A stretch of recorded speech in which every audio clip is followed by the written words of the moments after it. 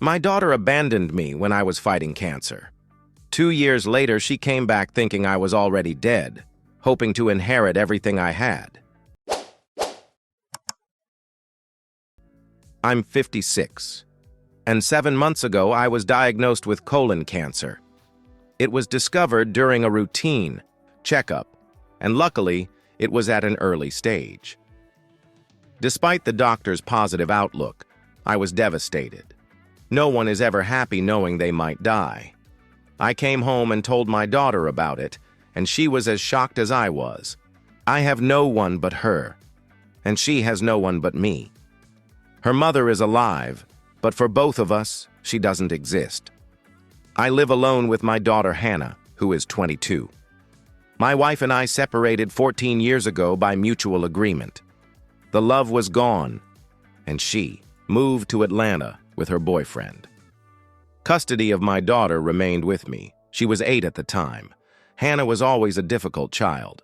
She took our divorce hard and was angry at her mother for abandoning her. Since then, she never spoke to her, never even picked up the phone. I tried to fill that void and raise her as best I could, but it seems I made mistakes somewhere.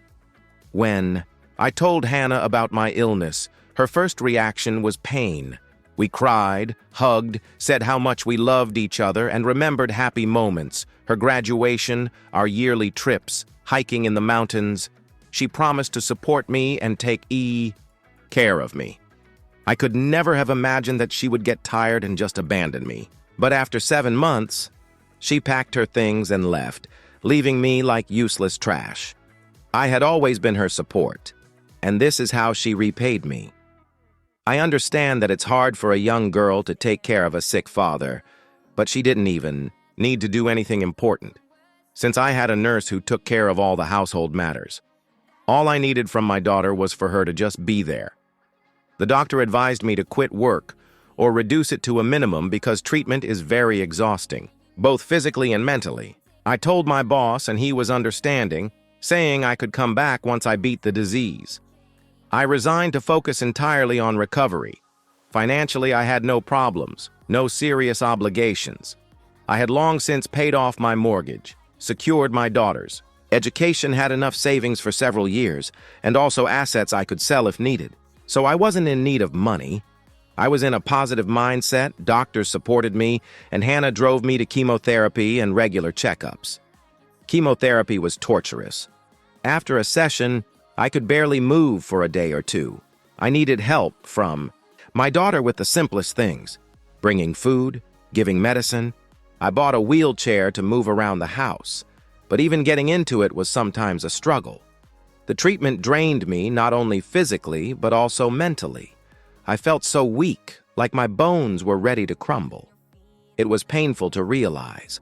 I struggled even with the basics, eating, walking a few steps, going to the bathroom. Over time, Hannah grew irritated, stopped coming into my room, and spoke briefly and coldly. It hurt to see her ignore me. I had no one else but her. Talking to her helped me forget the pain, but when she became distant, nothing was worse. I decided to talk to her, asked if she thought I was a burden. She exploded in anger and shouted, "Yes!" It was painful to hear. She said she was tired of taking care of me. I understood that cooking and helping around the house was hard for her, and young people don't like being around the sick. So I told her I would hire a nurse. I contacted the hospital, and they provided me with an experienced specialist in cancer care. I thought I had solved the problem, but Hannah stayed angry. She was distant and rude to the nurse. I asked the nurse to avoid Hannah, but she still picked on her over small things, forbidding her to touch the fridge or even enter the kitchen, saying she was dirty after caring for a sick man. Though she never said it to her face, it was clear Hannah just hated her. The nurse asked me if I was satisfied with her work because it seemed otherwise. I assured her she was doing an excellent job, and I had no complaints. That evening after the nurse left, I decided to talk to Hannah again. I had already asked her to leave the nurse alone and not interfere, but my patience had run out. The nurse was beginning to feel all the hostility. I had to intervene before she quit. When I Told Hannah she was being rude to the nurse, she exploded again, yelling that I was exaggerating, saying, "She stinks," and even tried to lecture me about hygiene. That pushed me over the edge, and I shouted, "She's a nurse. She was trained in hygiene. She knows it better than you. Who are you to lecture her a dropout?"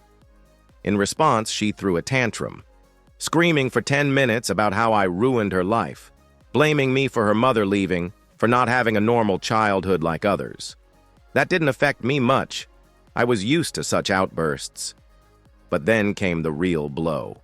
She started hurling insults at the nurse, calling her worthless, vile, disgusting, and finally said, "I know why you're defending her. Did she make you her sugar daddy?" Then she added that the nurse probably realized I was easy prey, decided to win my trust and take all my property since I had no heirs. I didn't let her finish. "What the hell, are you even in your right mind?" Our argument turned into a full-blown scandal. Finally, she slammed the door and stormed out. An hour later, I heard her yelling again from the living room. She was dragging out suitcases and shouting, "I'm leaving. That'll be better for you. Now you can do whatever you want with your girlfriend. Waste all your money on her before you die. I don't care. And don't expect me to come when you're dying. I won't." I wanted to stop her, but her words destroyed me.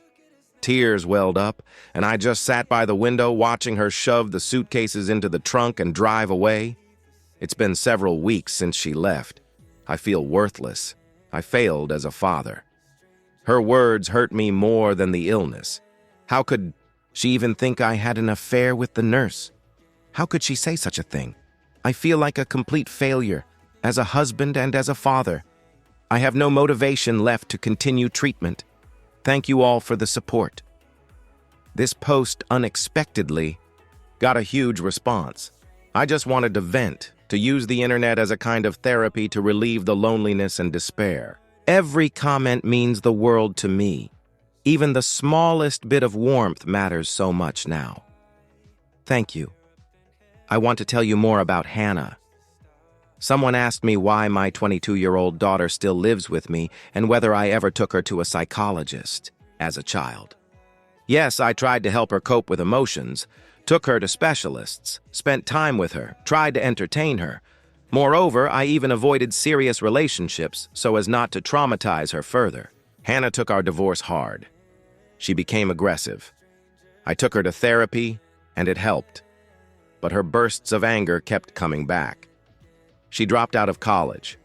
I tried to convince her to continue studying, but it was useless. She said she wanted to do her own thing, open a beauty salon. I paid for her to open a salon. There she met a guy she called the love of her life. A few months later, Hannah wanted to marry him, though she was only 19. I advised her not to rush, but as always, she did things her way. Their marriage didn't even last a year. Soon after the wedding, she came back to live with me. Her husband turned out to be an unemployed freeloader living off her salon's income. They wasted all the money invested and eventually had to sell the business. After that, he left her with nothing. He was broke, so she wasn't even entitled to alimony. In the end, she was left with nothing. No business, no husband, no money. I took her in again. And now, when I'm sick and don't know how much time I have left, she abandoned me like useless trash. So, write your opinion in the comments about this situation. What advice would you give the author? What should he do next? And now the update. Hello, friends. I know I haven't written in a while. Thank you for worrying about me. I'm so glad that thanks to the internet I found real friends. I never thought I could find so much support here. This month I had my last chemotherapy session, and I am officially cancer-free. I cannot express how grateful I am to the medical staff for the excellent treatment they provided me. After the conflict with my daughter, my recovery slowed dramatically, if not reversed. My doctor became concerned and advised me to see a psychologist to cope with the stress. That really helped. At my first session, I just broke down in tears. What a relief it was to finally open up to someone. I even told the psychologist that I didn't want to continue treatment anymore, that I was ready to give up. But she helped me overcome depression and despair. I was also advised to hire a full-time caregiver since I was living alone and growing weaker. In case of an emergency, someone needed to be there to help. I offered to double my nurse's pay so she could work with me full-time, since she already knew my entire medical history and diagnosis. I didn't want to switch to someone new. If Hannah were still around, she would have found another reason to lash out at me. It disgusts me to remember the accusations she made. How could she even imagine such a thing? But I have already survived that. If she could abandon me at my lowest point, then I don't need to think about her either. Thanks to the doctors. To the psychologist and the nurse, I focused on recovery. When Hannah drove me to chemotherapy, I noticed that after the procedures, I felt not only physically exhausted, but also morally shattered. She constantly threw tantrums, and I worried about her even more than about the treatment. I lost my hair, lost a lot of weight, but did not lose the determination to cope with the disease. It sounds terrible, but probably Hannah's departure did me good. Over time, together with her, all the negative energy also left my life. I felt relief. I held on to her for too long. Made her my only meaning in life. Sacrificed my happiness for her. But she taught me a harsh lesson. A lesson that I had overstepped the boundaries in my parental duties. I allowed my love and care to give her the opportunity to use me. I was her punching bag and let her take advantage of me. But now everything is different. How pleasant it is not to carry that burden anymore. I am starting a new life. I used to think about going back to work, but now I realize that I don't need it. I have enough money to cover all expenses. If one day my finances start to run out, I can find a simple job in a supermarket or something like that. But now my priority is to restore physical shape.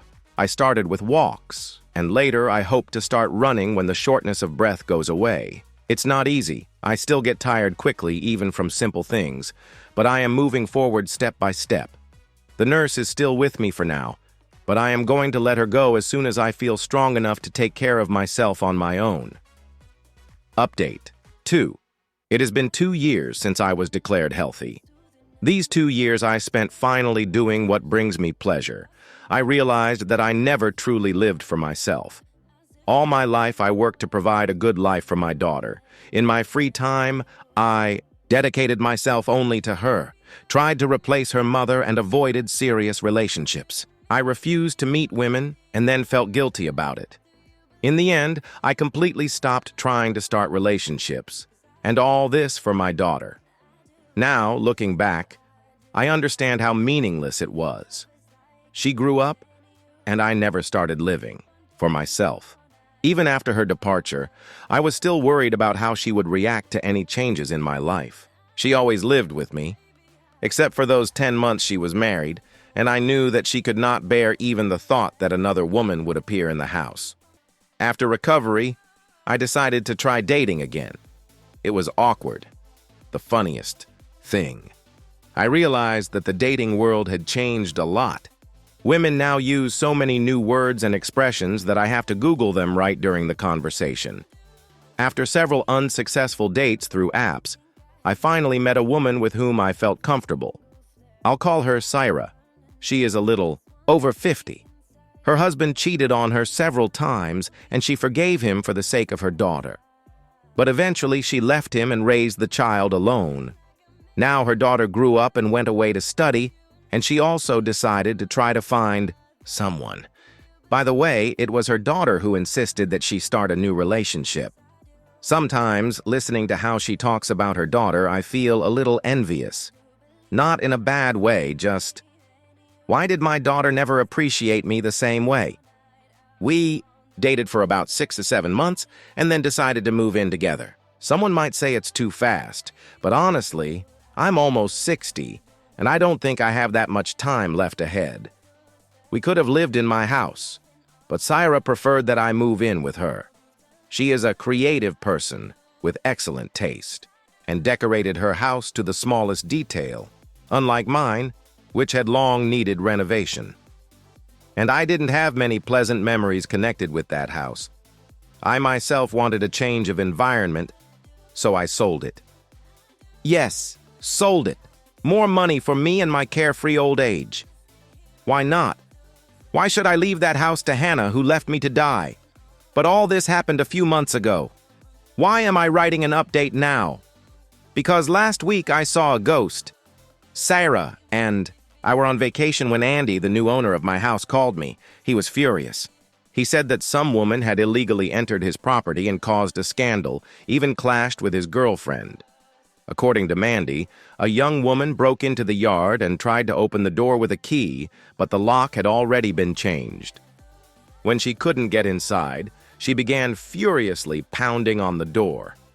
Andy's girlfriend opened and asked why she was screaming like that. In response, Hannah started insulting her, claiming that she had slept with a dying old man to get that house. Andy's girlfriend was shocked, trying to explain that there must be some mistake, but Hannah kept yelling, demanding to vacate her father's house. Andy wasn't home at that moment, but his girlfriend called him in panic. By the time he arrived, Hannah had already left, threatening to return with friends the next day. Andy called me and described the woman. I immediately realized it was Hannah. He asked if I knew her. I reluctantly admitted that she was my daughter. He was furious that I hadn't warned him about possible problems and demanded that I deal with her myself, otherwise he would call the police. I told him to go ahead and call the cops and get a restraining order, but then I realized it was my responsibility. I came to them the next day and waited. Hannah returned with 2 friends. She screamed from the porch and even broke a couple of flower pots. Andy came out with a baseball bat, ready to scare them off. I asked him not to do that, but he is a baseball coach, so of course he couldn't miss the chance to show his skills. Before Hannah and her friends rushed at him, I came outside. She froze. Her friends, too. She forced out, "You're alive? I thought you were dead. What about your cancer?" Best moment ever. I would have given away that house for free just to see her face. Hannah turned pale. Then she looked at Andy and his girlfriend. "And who are they?" I answered, "They are the new owners of the house. I sold it." She arrogantly asked, "And where did you put the money? You're dying anyway, right?" The words were harsh, but this time they no longer touched me. On the contrary, I laughed in her face. And since she asked, "The money I am going to spend on myself. Yes, I am no longer sick. And if you're interested, no, you will not get a single cent from me. I quit my job, and everything I have I will spend on myself until the very last cent. You can keep thinking your father is dead, just as you thought for the last 2 years." She burst into tears, sent her friends home, saying that now this was a conversation between her and her father. Meanwhile, I told Andy that I was leaving, and if Hannah caused another scandal, he should immediately call the police and get a restraining order. When I was leaving, Hannah ran after me. "Dad, don't do this. I am your daughter, your only family. You can't leave me." I smirked. "I can, just as you left me." I got into the car and drove away. Usually, after such situations, I would feel guilt, pain, sadness. But that day, I felt light. I was satisfied, even happy. I think I did the right thing. This lesson she had long needed to learn. Thank you for reading me and supporting me. I hope none of you will face such betrayal. Love to all. Thank you for watching this video until the end. Watch the previous one of our videos, which you will see right here, and good luck to you.